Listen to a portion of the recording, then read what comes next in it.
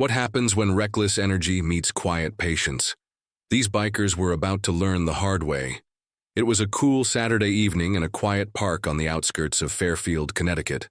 The kind of evening where families lingered after dinner. Kids wrapped up soccer games and teens scrolled through their phones, lost in their own worlds. 16-year-old Michael was one of them, leaning against a tall oak tree with his earbuds in, half watching the field. His younger brother Jordan was still out there, winding down soccer practice. Michael had told their mom he'd stick around and walk him home. Simple plan, until things took a turn. Michael, wearing a fitted black suit with a crisp white shirt and polished black shoes, kept to himself, casually flipping through a book he'd brought along. He didn't look up when the rumble of motorcycles broke. Through the air, it was the type of sound that usually didn't mean much. Just a group of bikers passing through their engines, echoing louder than they should in a quiet space. But tonight something was different. The bikers didn't pass through in. Instead, they rolled in, parking their bikes near the soccer field.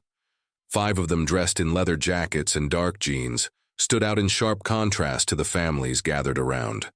They weren't laughing or chatting among themselves. They were scanning the park, their eyes locking onto Michael as if he were a target. Michael noticed them too. He glanced up briefly, catching their stares. He wasn't one to jump to conclusions, but the way they looked at him made his stomach knot slightly. He turned back to his book, forcing himself to stay calm. But calm doesn't last long when you're being watched. The bikers didn't stay by their bikes. One of them, a burly man with a shaved head, nudged his friend and started walking toward Michael. And that's when things began to shift. Michael felt the man's heavy footsteps before he saw him. Clearly, he glanced up only to find the burly biker flanked by 2 others, their expressions unreadable but intent. The group moved with purpose, their leather boots crunching against the gravel pathway as they closed the distance. Michael's heart thudded in his chest, but his face remained calm. His mom always said, "Never let them see you sweat." He thought of her voice, steady and grounding, as he doggered the page in his book and set it aside. "What are you doing here, kid?" the burly man asked, his voice gruff and direct. Michael hesitated, his eyebrows knitting slightly in confusion. "Waiting for my brother," he replied simply, his tone polite but firm. The man smirked, exchanging a glance with his friends. "This doesn't look like your kind of place," he said, his words laced with something unspoken but pointed. Michael's jaw tightened, though he forced himself to remain composed. "It's a public park," he answered, meeting the mank gaze. The biker's smirk faded. "Got a smart mouth, huh?" he said, stepping closer. The other 2 spread out slightly, creating a semicircle around Michael. Parents and kids were still scattered around the park, but no one seemed to notice the tension. Building under the oak tree, Michael scanned the area briefly, hoping someone would look his way. But the bikers had chosen their moment. Well, most of the attention was on the soccer field where Jordan's game was wrapping up. Michael's mind raced. He wasn't scared, not yet, but the situation was turning. And he could feel it. Years of karate training had taught him to observe, anticipate, and react, but he also knew discipline fighting wasn't the first option. It was the last look. Michael said, keeping his tone measured. "I don't want any trouble, I'm just here for my brother," but the burly man didn't back off. Instead, he leaned down slightly, his face just a little too close for comfort. "Trouble? Who said anything about trouble?" he asked, his voice low and taunting. Michael could feel the weight of their stares, the unspoken challenge in their posture. His hands rested loosely on his knees, but he was ready if it came to that. And yet something about the man's next words made it clear. They weren't going to let him off that easily. "Maybe you should show us what you've got," the biker sneered, his friends laughing quietly behind him. But Michael didn't move yet. Michael didn't flinch. His hands stayed where they were, resting calmly, on his knees. But his eyes stayed locked on the man in front of him. Years of practice had taught him how to read people, how their posture, their movements, even their breathing could give away their intentions. And these men, they weren't here to talk. The burly man, clearly expecting Michael to fold under the pressure, leaned closer, his shadow falling over him. "What's the matter, kid? You scared?" he taunted. Michael exhaled slowly, not answering right away. He didn't need to fear, wasn't the issue here. His issue was time. How long until Jordan's game ended? How long until someone in the park noticed what was going on? Leave him alone, the sudden voice broke through the tension. Michael turned his head slightly to see a young boy no older than 10. Standing a few yards away, Jordan, his little brother, had wandered off the field, sweat still glistening on his forehead from the game. "Jordan, stay back." Michael called, his voice firm, but the bikers turned toward the boy, grinning like predators spotting. "Easier target this, your brother?" one of them asked, pointing a gloved finger at Jordan. "Maybe we should teach you both a lesson." Michael felt his pulse quicken, but not with fear, with resolve. He stood up slowly, his movements deliberate, his eyes never leaving the group. He shifted his weight slightly, planting his feet in the stance he'd practiced countless times in the dojo. "Don't touch him." Michael said, his voice calm but edged with steel. The beer early man laughed, shaking his head. "Look, at this guy thinks he's tough." The others joined in their laughter, echoing across the park. But Michael didn't waver. His expression didn't change, and his stance didn't shift. His silence unnerved them more than he realized. "You're not going to do anything," one of the bikers said, stepping closer. And that's when Michael finally spoke, his voice low and deliberate. "You don't want to do this." The laughter stopped. The bikers glanced at each other, confused for a moment by the confidence in his tone. But the moment didn't last. The burly man took another step forward, raising a hand to shove Michael. What happened next was so fast, so unexpected that even the bikers weren't ready for it. But Michael was the burly biker's hand shot forward, aiming to shove Michael's shoulder, but before it could connect, Michael shifted to the side with practiced precision, his body moving like a spring released. The biker stumbled slightly, caught off guard, but Michael didn't stop there in one fluid motion. Michael stepped forward, his open palm striking the man's wrist and twisting it away. The biker grunted in pain, his hand dropping to his side as he stepped back, glaring at Michael with fury in his eyes. "What the?"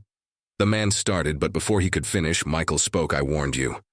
Michael said, his voice calm but firm. The two other bikers rushed forward, clearly not taking the warning seriously. The first swung a wild punch, but Michael ducked easily, his movement smooth and deliberate. He CED with a sharp kick to the man's knee, sending him crumpling to the ground with a cry of pain. The second man hesitated for a split second, just long enough for Michael to pivot on his heel and deliver a spinning kick to the side of his ribs. The force knocked the wind out of him, and he staggered backward, clutching his side. By now the burly leader had recovered, his face red with anger. He lunged at Michael, swinging both fists like a brawler, but Michael didn't meet brute force with brute force. He stayed light on his feet, dodging the punches with the kind of agility that came from years of training. A crowd began to gather at the edge of the park. Parents, kids, even so players stopped what they were doing to watch. Someone had pulled out a phone, the lens capturing every second of what was unfolding. The leader charged again, this time trying to grab Michael by the lapel of his suit jacket.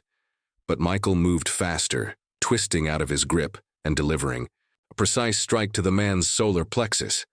The biker stumbled backward, gasping for air, his tough exterior cracking in the face of Michael's calm control. "Enough."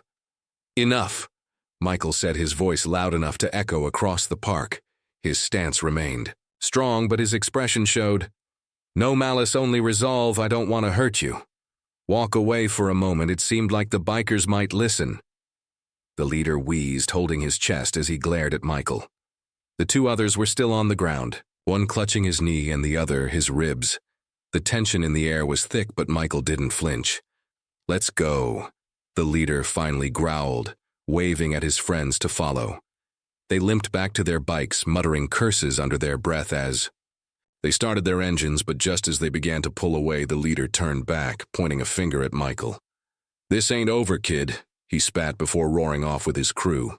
Michael didn't respond. He stood there, his breathing steady as the sound of their engines faded into the distance around him. The crowd began to applaud, murmurs of admiration and disbelief rippling through the group. Jordan ran up to him, his eyes wide with both fear and awe. "Michael, are you okay?" he asked, his voice trembling. Michael knelt down, putting a hand on his brother's shoulder. "I'm fine," he said, offering a small smile. "Let'n go home." But as they walked away, Michael couldn't shake the feeling that this wasn't the end of the story. Not yet. Michael and Jordan walked home in silence, their sneakers tapping softly.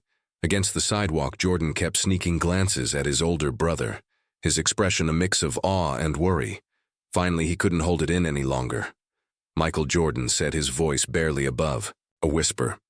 "How did you do all that? I mean, they were huge and there were 3 of them." Michael chuckled softly, shaking his head. "It's not about being bigger, Jordan," he explained. "It's about being prepared, staying calm and knowing when to act." Jordan frowned. "But what if they come back? That guy said it wasn't over." Michael stopped walking, turning to face his little brother. "If they do, we'll handle it. But listen to me, Jordan," he said, his tone serious. "What happened today wasn't about fighting it. It was about standing up for myself and for you, but violence isn't the answer, unless it's the only option." Jordan nodded slowly, processing his brother's words. Michael placed a hand on his shoulder, giving it a reassuring squeeze. "Remember, it's not about proving how strong you are.